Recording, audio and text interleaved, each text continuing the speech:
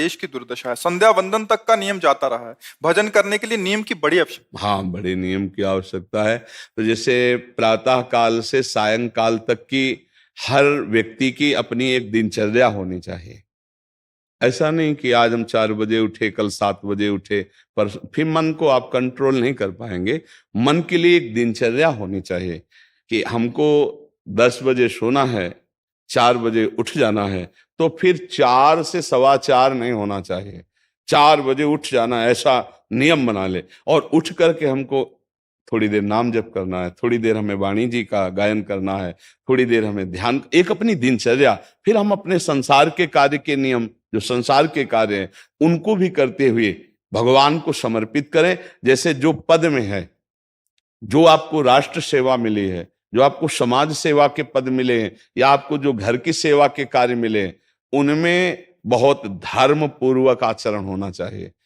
अगर आप अधर्म आचरण करते हैं, अपने पद का दुरुपयोग करते हैं, तो आप सुबह जग करके थोड़ा माला चला लीजिए, फिर भी आपका कल्याण नहीं होगा, क्योंकि आप अपने पद का, अपने सेवा का दुरुपयोग कर रहे हैं। जैसे हम जानते हैं कि अधर्माचरण है, ये अधर्मी है, हमें पता है दोषी है, और वो हमको कुछ धन दे देता है, और हम उसको मुक्त करवाने की बात सोचते हैं, और जो निर्दोष है उसको फंसा देते हैं। अब तुम चाहे जितना माला चलाने की कोशिश करो या दान पुण्य करो, वो तुम्हारा अधर्म आचरण, वो अधर्म का धन तुम्हें सतमार्ग में नहीं जाने देगा। नियम लेना चाहिए कि जिस पद में है, जिस धर्म में है, जिस कर्तव्य में है, चाहे कुछ भी हो जाए, हम अपने कर्तव्य से विमुख नहीं होंगे।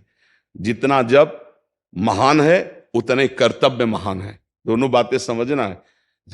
माला फेरा और इसके बाद बेईमानी, अधर्माचरण, इनका कोई नियम नहीं है कि हमें कैसे चलना है, तो वो माला काम नहीं कर पाएगा, क्योंकि उसका तभी सत्य भाव माना जाएगा माला जपला जब धर्माचरण है। धर्माचरण नियम से। बोले वो बड़े कट्टर नियम वाले हैं, उनको घूस नहीं, आप उनको भयभीत करके नहीं काम करवा सकते, प्रलोभन में काम नहीं करा सकते। ये हमारी गृहस्थी है ना, तो गृहस्थी के पालन के लिए धन चाहिए, और धन के लिए हम धर्म को आगे रखें, धन को नहीं। धर्म को, हमारा कर्तव्य क्या, प्रायः जैसे पूज्य बाबा ने कहा, आज हमारे देश में बहुत दुर्दशा हो रही है। दुर्दशा हो रही, क्यों? क्योंकि सब अपनी जगह से गलत हो रहे हैं।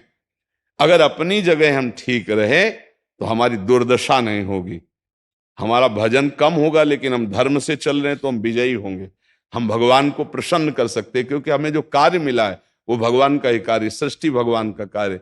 जैसे नए बच्चे कुछ वकालत पढ़ रहे थे, तो यहाँ आके प्रश्न किया था कि हम जानते हैं कि वो दोषी नहीं है, हम जानते हैं कि वो दोषी है, पर दोषी हमें पैसा दे रहा है, तो हम वकालत पढ़ी इसीलिए, हम उसको जिताएंगे, तो क्या कोई पाप है? तो उनका खुला पाप है।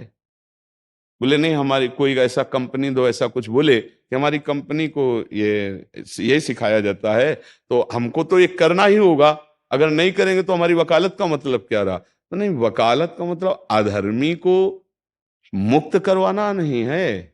वकालत का मतलब अधर्मी के सबूत एकत्रित करके उसको दंड दिलवाना है, और धर्मात्मा को मुक्त करवाना है। अब इसके लिए आपके पास अर्थव्यवस्था अगर कमजोर भी है, तो धर्म व्यवस्था आपकी पूरी है। धर्म व्यवस्था ठीक है तो परिवार स्वस्थ रहेगा, सुखी रहेगा, भगवान आप पर प्रसन्न रहेंगे।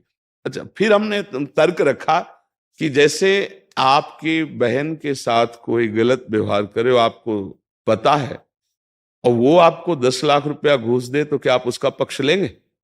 नहीं। तो फिर दूसरी बहन के साथ किया है।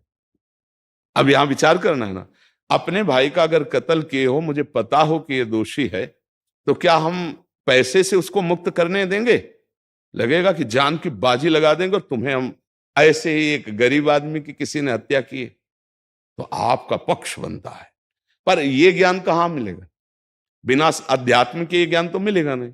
ज्ञान तो इस बात का मिला कि कैसे पैसा कमाया जाए। अच्छा, वो पैसा यदि अधर्म से आया है तो आपकी दुर्दशा कर देगा, आपकी बुद्धि भ्रष्ट कर देगा। तो जो बाबा कह रहे हैं कि आज हमारे समाज की बड़ी दुर्दशा हो रही, उसका कारण यही है कि हमें अध्यात्म का ज्ञान नहीं, हमें धर्म का ज्ञान नहीं, और बड़ी बड़ी गलतियां हो जाती है। बिल्कुल पता है आदमी निर्दोष है, और हम धन के प्रभाव से उसको दंड दे देते हैं। वो दंडा भगवान जब आपको पलट कर देंगे तो आप सह नहीं पाओगे, उसका परिणाम बहुत बुरा होता है। तो इसलिए समाज को चाहिए अपने अपने कर्तव्य का पालन करते हुए एक नियमावली बना ले। जैसे कुछ दुकानों का नियम होता है कि वहां फिक्स रेट होता है, नहीं होता? वहां ये नहीं चलेगा कि कसम से कहते हैं कि तुम्हें हम अपना जान करके कि 100 रुपया मीटर ये मिला है, हम बिल्कुल मुनाफा नहीं ले रहे। नहीं, झूठ क्यों बोल रहे हो?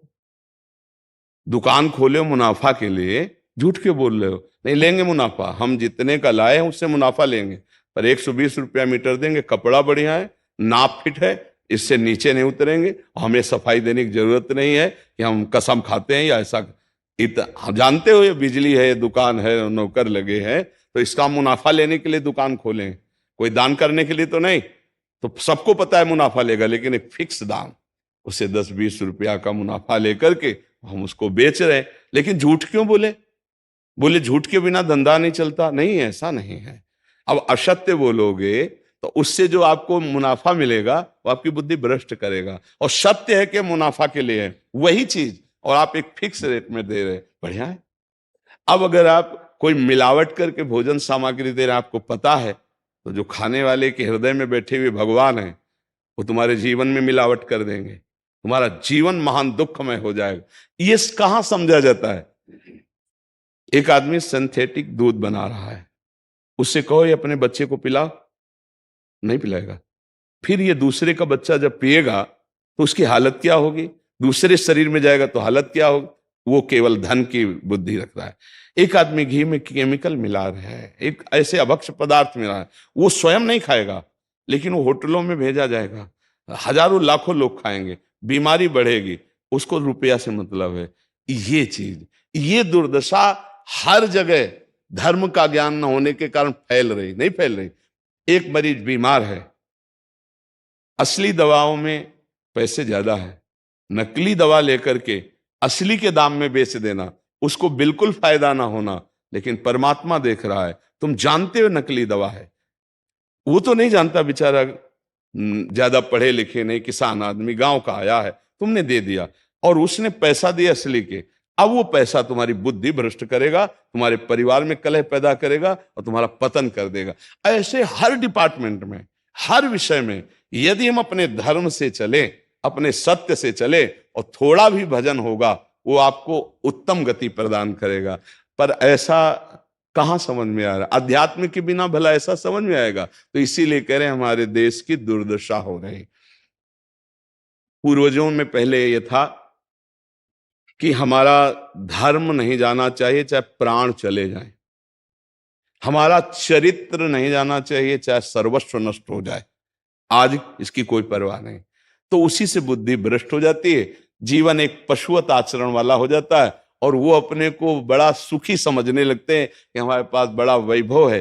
लेकिन प्यारे, उस दिन को याद करो जिस दिन तुम्हारा आखिरी समय होगा, ना तुम्हारा फार्म हाउस जाएगा, ना महल तुम्हारा जाएगा, ना बैंक बैलेंस जाएगा, ना कोई व्यक्ति, और ना ये शरीर। अब तुम्हारे कर्म तुमको भोगवाएंगे। उस समय की कौन याद करता है?